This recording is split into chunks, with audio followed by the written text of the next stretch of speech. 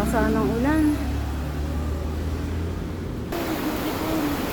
Patong na lang po. Baka po kasi Sige, sige. kuya, balance po.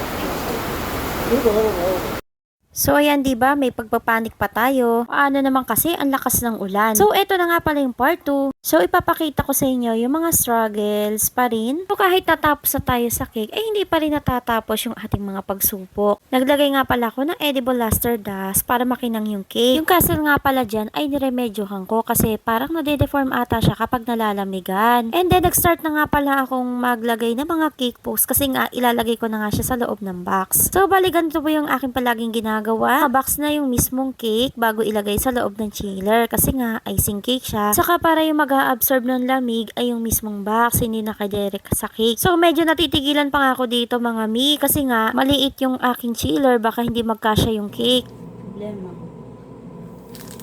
Masya ba siya sa chiller?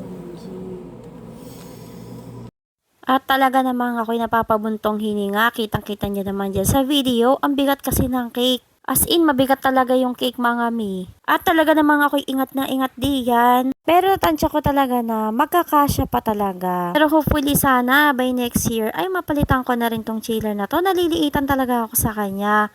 Konti lang talaga yung aking mailalagay. At kinabukasan nga ay ipipick up na nga pala ito ni client. Umaambon pa nga ng mga time na ito. So kaya ang naisip ko ay agahan ko na lang yung punta ko sa aming meetup place. Kapit lang naman yun sa amin. At pwede ko na rin naman siyang lakarin.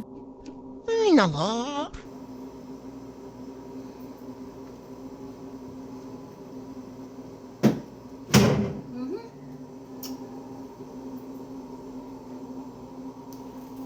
O diba, tumama pa dun sa may gilid. Sobrang laki kasi ng pinaka-box niya. At ngayon nga ako'y nagre-ready na papunta na dun sa Pure Mart. Ganito nga pala yung nangyari. Inabutan ako ng ulan sa daan. At nabasa yung mismong ibabaw ng box. Buti na lang matibay yung aking pinaka-box. Buti na lang RM box to mga mi. Siyempre, nanghiram na lang din ako ng basahan dun sa Pure Mart. Bait naman yung mga tao dun at kilala nila talaga ako. Nga, dito ako palagi nagpapapick up ng mga cakes. Habang ako'y nag-iintay, lumalakas na nga rin pala yung ulan dyan mga mi. Client kasi ay manggagaling pa sa Silang. Doon kasi ang venue sa Jollibee Silang. So antay-antay ako dito. Ang hirap pala talaga kapag umuulan. Kasi nga wala naman tayong sasakyan na pan-deliver. At hindi ko nga namalaya na nandiyan na pala si client. At ganito na nga yung nangyari. Ayun po. Sa cake ko. Ah, sige po. Bali kuya, ano? Kakalungin mo, no? Kakalungin ko. Ayun, thank you. Nauga nga eh.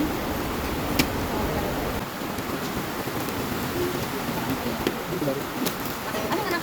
Wala mag... Ay! Kuya! Kuya! Kuya!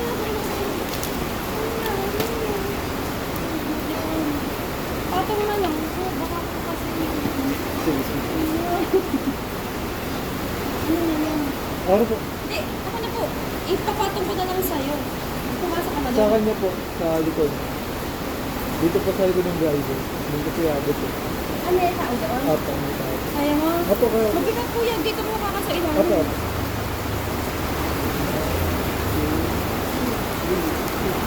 At talaga po namang ako'y todo advice kay kuya. Napakaingatan yung cake nga, diba mga mi, umalakas ng ulan, nakakanervous talaga. Si client nga pala ay nasa loob ng car, hindi na nga lang siya nakababa kasi nga, ang basa daw sila. And sabi niya, ang thank you daw at ang ganda ng cake. Nagustuhan raw ni baby. O diba, ang daming struggle. So, masasabi ko talaga ay makakahinga na talaga tayo kapag naiabot na natin ng safe sa kanila ang cake. Hanggang dito na lang mga mi. Thank you so much for watching.